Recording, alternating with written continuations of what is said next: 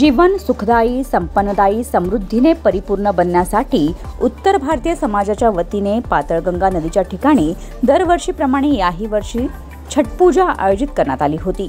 यावेळी पाताळगंगेचा संपूर्ण परिसर उत्तर भारतीयांमुळे गजबजून गेल्याचे दृश्य पाहायला मिळाले।